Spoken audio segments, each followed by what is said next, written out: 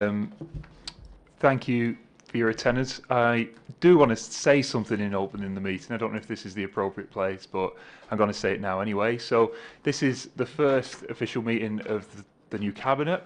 It's the team that I assembled and the refreshed portfolios that I believe will be best placed to deliver for Oldham, and I'm really pleased that we are all here this evening. I am, though, disappointed that Councillor Chowan has somewhat stolen my thunder because it's very much all about him. But I guess that's just the way it's fallen, and I'll have to deal with it. But yeah, let's get going and start as we mean to go on. Thank you. So can I have apologies for absence, please? Thank you. Urgent business, any? No urgent business. Any declarations of interest? Silence to me, no. Public question time? None received. Minutes of the Cabinet meeting held on the 23rd of April. I wasn't present, so I can't say anything. Move, Chair. Agreed. Thank you. Okay, so item 6, fees for adult social care services for 2018-19. Councillor Chowan.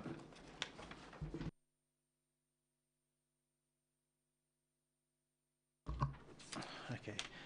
So this is just to bring our fees in line with Greater Manchester. So we historically been on quite sort of like low rate compared to the other Greater Manchester local authorities. And this is a proposal to try to bring fees with the more in line with the Greater Manchester, and also make sure that services is being safely run, because historically we always struggle in Oldham area. But we're also hoping that part of this deal we would able to get some extra benefit. We are already looking at activity. I'm looking at Mark because I know he's leading on that.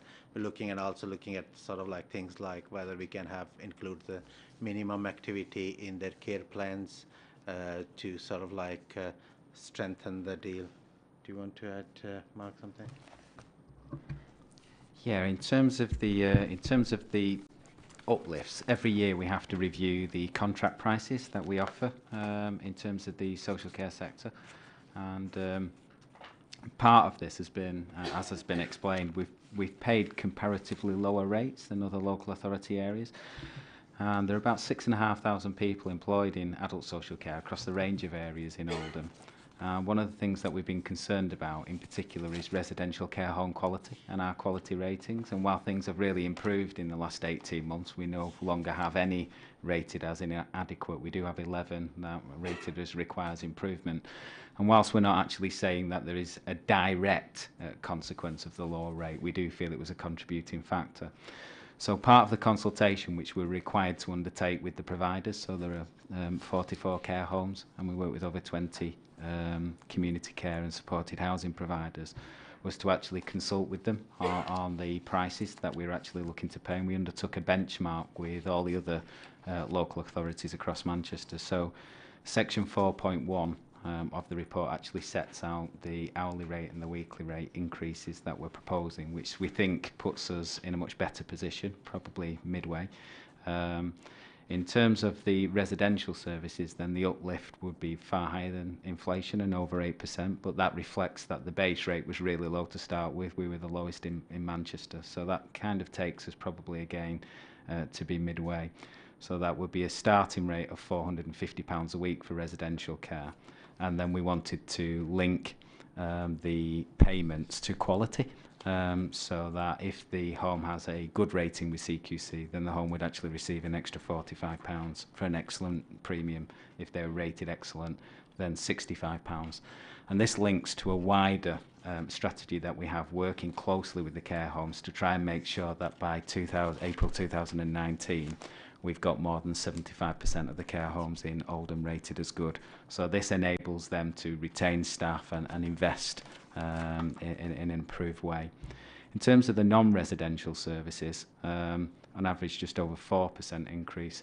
Many of our providers are already rated as good, and therefore you can see yourself that the difference for home care, we provide over 600,000 hours of home care every year, is a rise from £14.58 per hour to £15.22. And there's a range across Manchester. in terms of the charges, in terms of the payments that are made. But we feel that that, again, is round about midway and reflects a fair rate. We also acknowledge that we've been working within a budget envelope of around about £2.5 million, which has been agreed as part of the council tax precept that we've used, and so on and so forth, and some better care funding.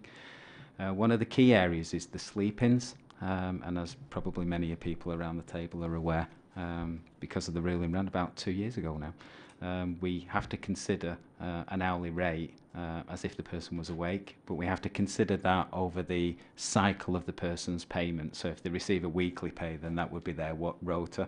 If they receive monthly pay, then that would be over a 4-week rota.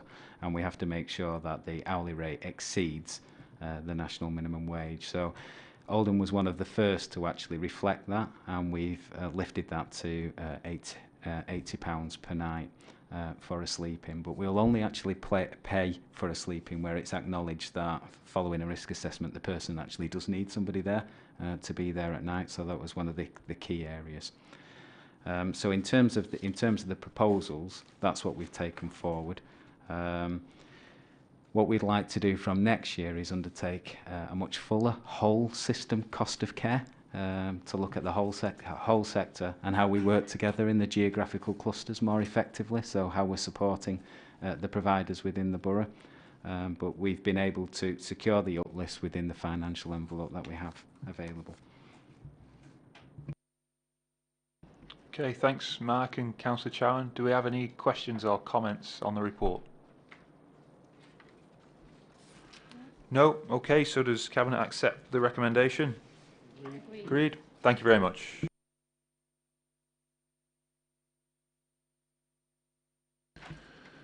Item 7, that's correct, isn't it? Item 7, yeah. Establishment of a this is my first day.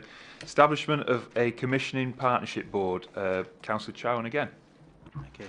So Cabinet is asked to approve the establishment of joint committee of Oldham Council and Oldham Clinical Commissioning Group. I mean, there is a background to it, and some of us are aware of it. So council has been working in a shadow form. Even before that, council did have some loose joint commissioning arrangements.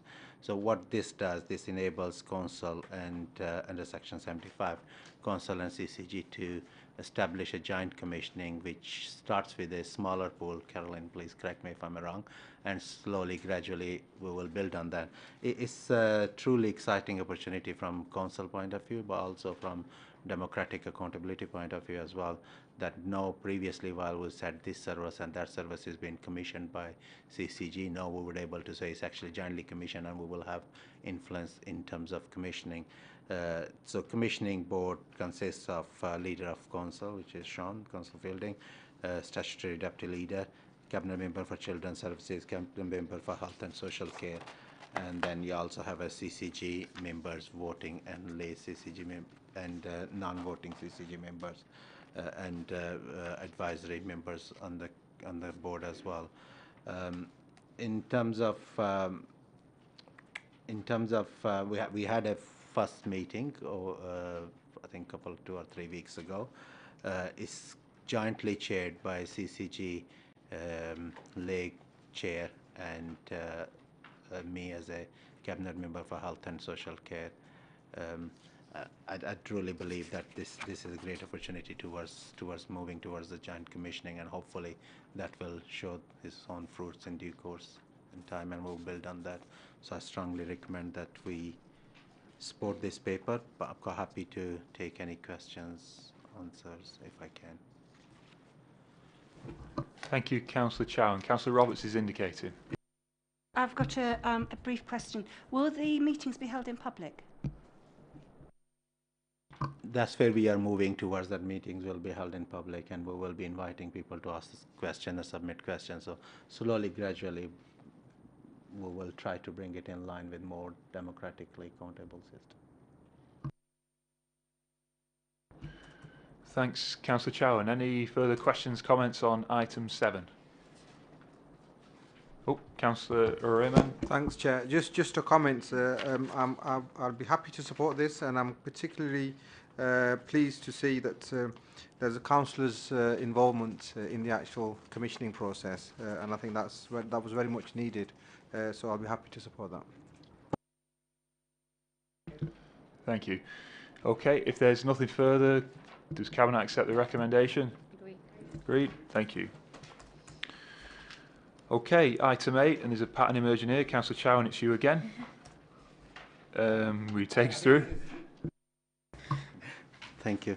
This is pretty straightforward. It's all we're asking for extension period of 7 months for the care element to bring it in line with CCG commissioning at the same rate. So we're asking for extension until 31st of March 2019. Okay, comments, questions? No. Does Cabinet agree to the recommendation? Agreed. Thank you. Item 9, Councillor Chowan. I think we'll ask Mark to take that on. It's a bit more tricky.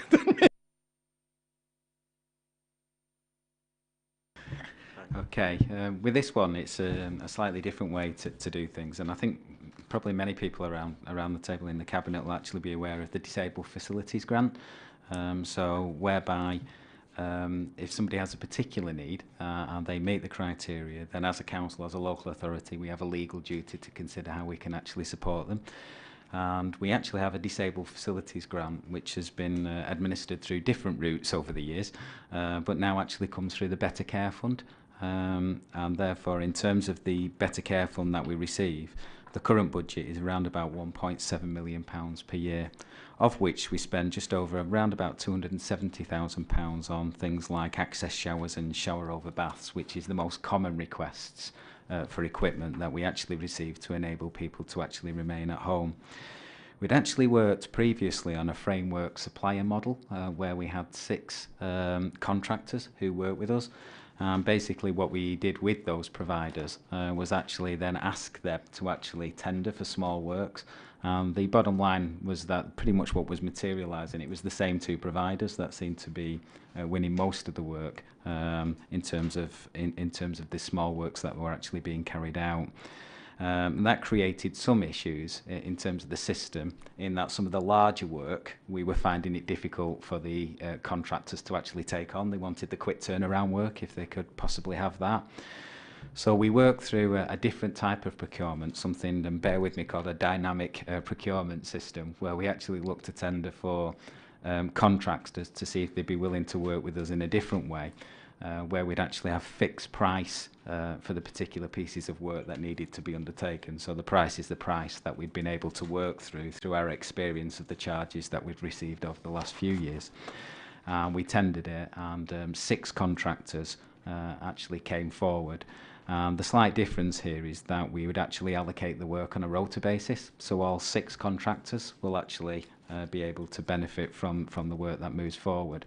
Plus the fact, from a council and more importantly an Oldham citizen point of view, that where we need slightly larger works undertaken which take longer, then wherever that contractor fits within the rota cycle, they would actually take that work, so we can undertake the changes more quickly. So we're actually proposing to move forward on that basis with the new process. I don't think there's a lot to add to that. In terms of some of the delays, which I know I've been asked to provide account for before, have been down to the limitations that we've had in the assessments related to occupational therapy and technical officers, and we are looking to plug those gaps through the use of the Better Care Fund. Okay, thank you, Mark. Any questions or comments on item? Oh, sorry, please. Yeah, there was just the final point in terms of the contractors. One of the things we were very mindful of was the fact that in terms of Oldham contractors, that all of them are northwest-based contractors. None are actually located specifically within Oldham. 3 within 5 miles of our borders, Manchester contractors. We do use Age UK for some of the works that we undertake, and Oldham contractors are used there, but in terms of this tender framework, that didn't come forward this time, so it was just to make the Cabinet aware of that.